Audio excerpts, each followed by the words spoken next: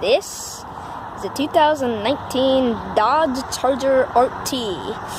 It is a full-size family sedan that can carry 5 passengers, and it's primarily used to take your kids to football practice. It also has 370 horsepower and has one of the best-sounding exhausts ever. That's right, the RT has one of the best-sounding exhausts ever. It has the 5.7-liter Hemi V8 under the hood, which makes 370 horsepower. That's more than most family sedans. The Toyota Avalon comes in around 355. And it's a bargain. At $35,000, this is also cheaper than most family full-size sedans. Anyways, today I'm going to take you on a tour of this 2018 Dodge Charger RT, and let's see what we got. I'm going to start around here, and this is the headlights over there. You can see they are looking like normal headlights because they are. There's nothing really unusual about it. The interesting thing is the grille to the left of it. You can see the Dodge logo is over there. Previously, in the RT models, there's this cross-guard grille, which kind of looks like a plus, and now they've changed it and got this diamond pattern with the Dodge logo on the right side of the car. Next up, we're down here at the bottom of the bumper. As you can see, there's some yellow. That's right, there's a little bit of yellow in the bottom of this car because there's kind of this two-tone paint package, and it gets a gray, black, and yellow color scheme, and I like it. It looks really nice on this gray car. I do like the yellow bumper that's on the bottom over here. Next is this bottom part of the grille, and I think this part is really strange considering the bottom part is a regular grille. As you can see, it allows air into the engine. The top part is totally fake, just plastic. And the strange thing is most companies will try to hide it just continuing the pattern of the grille and making that part fake. But in this thing, it's just there. There's some plastic. Deal with it. But I like it. It doesn't screw up with the design much anyway. And then there's the hood vent. Oh, the hood vent. Also, this isn't fake. It is a fully functional hood vent that allows air under here, the engine. And this is the same hood vent that came in the Charger Hellcat a couple years ago. Now the 2019 RT and Scat Pack models get them rather than the Hellcat. The Hellcat now has a dual snorkel design.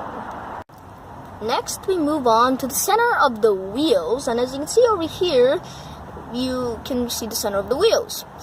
The thing is, in previous Dodge models, it says Dodge or has the Dodge logo. Now, in the RT, the 2 hash marks of the Dodge logo is present, which is a very minimalistic look, but I really do like this design on this car. And then, there's the bizarreness of the smart key system. Over here, there's this black button, and of course that's for smart key. Press the button, the key in your pocket, and the cars unlock and lock depending on whether the key is in your pocket or not. It's present on the front door handles. It is not present on the rear door handles. And there is a button on the back of the trunk lid. It's really strange, but I don't know, they just decided to go with this, but really, it's not affecting it much.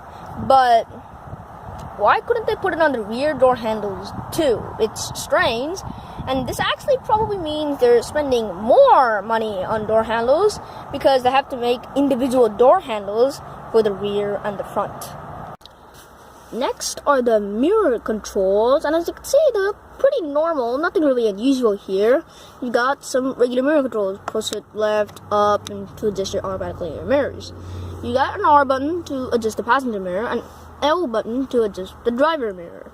But there's this button in the middle that's, of course, blank. It doesn't have any function. I think that's strange because why do you need to make a blank button? Couldn't you have just made the panel a bit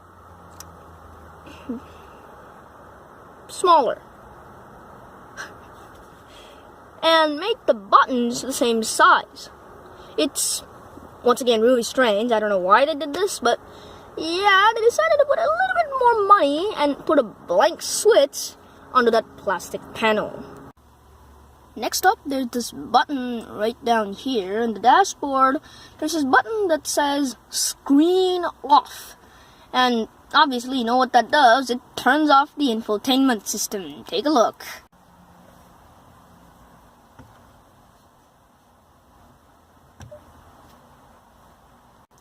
So, if you wanted to, you could turn off the infotainment system and not even care about it. Next up is this weird recirculated air button, but the button itself looks normal. It's the diagram of the car that's on the button that's strange. It is in the profile of the Dodge Charger, but only slightly. The rear looks kind of like the Dodge Charger. The roof looks similar to the Charger. The front is like the Dodge Charger until it reaches right over there, and that's where it just becomes flat. And it's a spiky curve that leads to the wheel. It's strange. They could have finished it like a regular Charger, but they didn't. Next is this panel right here, and as you can see, there is a panel over here that's just made of blank switches. They made a whole panel just for blank switches. I'm pretty sure these would have had more functions than either the more luxurious trims or the more performance trims. But they're just there. There's a whole panel of blank switches right here on the steering wheel. The other side has some phone controls and the voice recognition control button. This side is blank. Probably there to continue the symmetry. However, despite all of the weight reduction that this car has for performance, it does still have a sunroof. Take a look.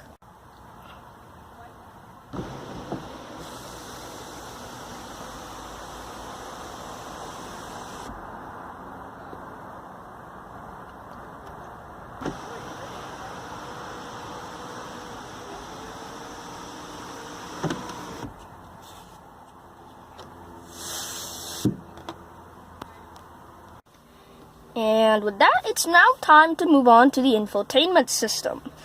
Over here, you have the regular infotainment system stuff. You've got the radio, and you have your presets, and you can change your different radio stuff. You have your media, so you can connect your phone and listen to music from there. You can do literally every single climate control setting here. You can turn it on, and you can put it in auto. You have these different settings here. You have your different seats. And you can see over here is the heated seat. You have the heated wheel, which you can turn on. And you have the heated passenger seat. Another strange thing, however, that's in the controls, you can dim the mirror from the infotainment system. Take a look. And the mirror dims. It's strange, but yeah, that's what they did for the mirror dimmer. Other stuff in the infotainment system include the sport diagrams. I can only do that when the car is on, and it isn't on yet, so I'm not going to do that. But if you do go to the other apps, there are a lot of different apps. You have performance control. Whoa, I did not mean to do that. Performance control, and which only works when it's on. You have the SOS, you have the performance pages. And in here, it shows you, and okay, just turn it off, but let's go there. And it loads for a long time. There we go. So you can see your horsepower. You can add a widget there. And you can see your current gear. You can see your G-forces, which is cool. Just cool. You have some timers there, so you can have lap timers going on. That's really cool, too. You can change your gauges, so you have your oil temperature, your oil pressure, your coolant temperature, your battery voltage. You have a lot of stuff in here. And here's a more detailed G-force diagram. This is what your engine's doing. I'm making 51 psi right now. And you can also go to the dyno and see how much power and torque you're making at any given moment. That's pretty cool. Next is the sport mode controls, and these are your sport mode controls. You can see there are a lot of them. You have your steering. You can have sport steering, normal steering, comfort steering.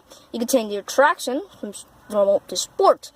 You can change your paddle from on to off. And you can also change your engine transmission to normal and sport. By the way, there is no comfort in engine or transmission, which proves, yes, this is a true performance car. Next, there is the lighting settings. And there are some normal settings: headlight off, delay, headlight illumination on approach. The strange thing is, you can flash the lights with the lock, or you can disable it. So, if you do not want to know where your car is when you're going away, go ahead and disable that.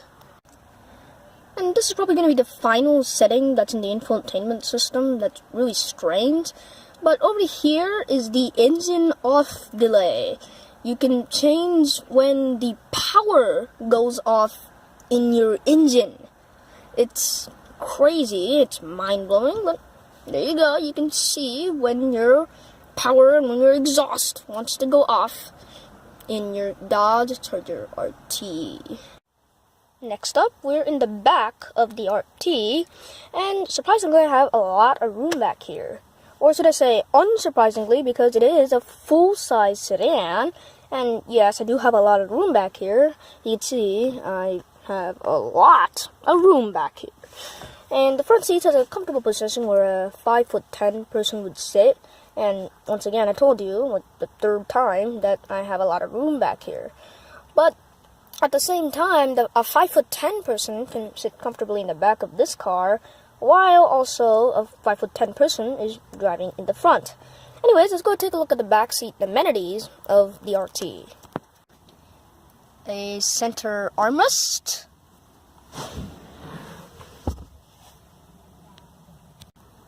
a light where you don't have any access on turning on, or in fact you do, but yeah, there you go, a light, a coat hook, and a grab handle. And that's it. Anyways, you're not meant to have fun in the back of your Charger RT. Next, we move on to the trunk, and there's nothing unusual in there, just gonna show it to you, however. So, you can press this button on the key fob 2 times, and the trunk pops open, as you can see there. Getting in the trunk, you don't really have much. You've got this separate wall plate thing, and you've got a nice flat load floor. You've got an LED there, and an LED here. You've also got this, some sort of hook, and you've got the emergency trunk release. And that's it in the trunk of your Charger. Anyways, this is the end of my tour of the Charger RT. Now it's time to take a ride in it. Alright, riding in the Dodge Charger RT. That exhaust sounds good. Really good. Okay, here we are.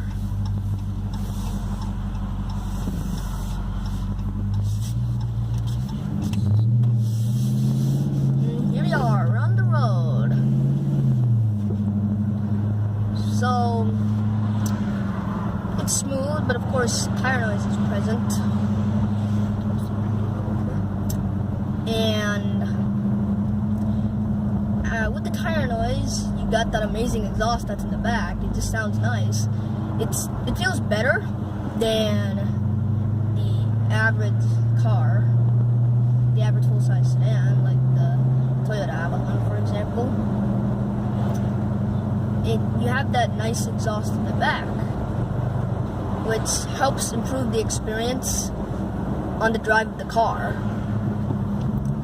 In the front seat, the cloth is fine. It's comfortable. It works.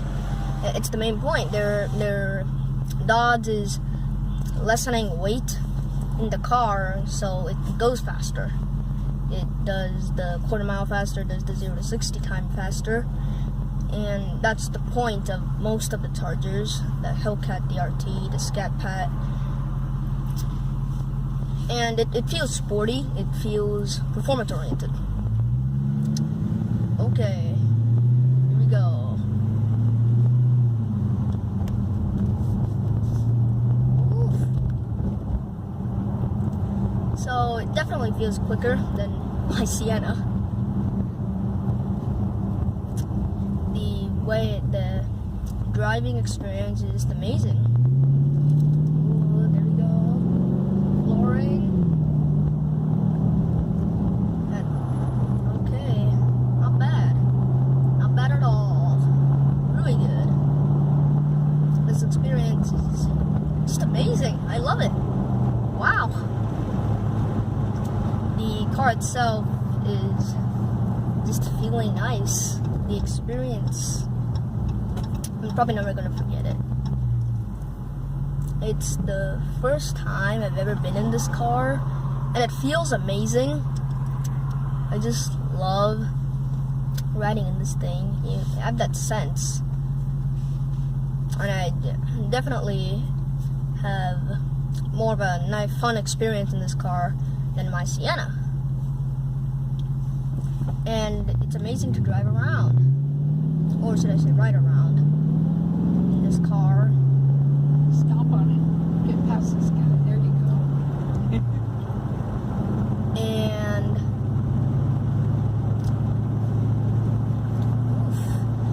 we're right now going on an uphill, and it still feels as if I'm going on a regular road because of the quickness and the swiftness of this car. And wow, does that exhaust sound good. And with that, that's about it. It's just a sporty sedan, sporty performance car that you can drive around the back roads. But it's more primarily used on a straight line, considering it's a muscle car. After the underpass, you can. There's a place up there on the left-hand side where we can turn around if you want. For sure. And that, I have nothing else to say. I also missed a few points.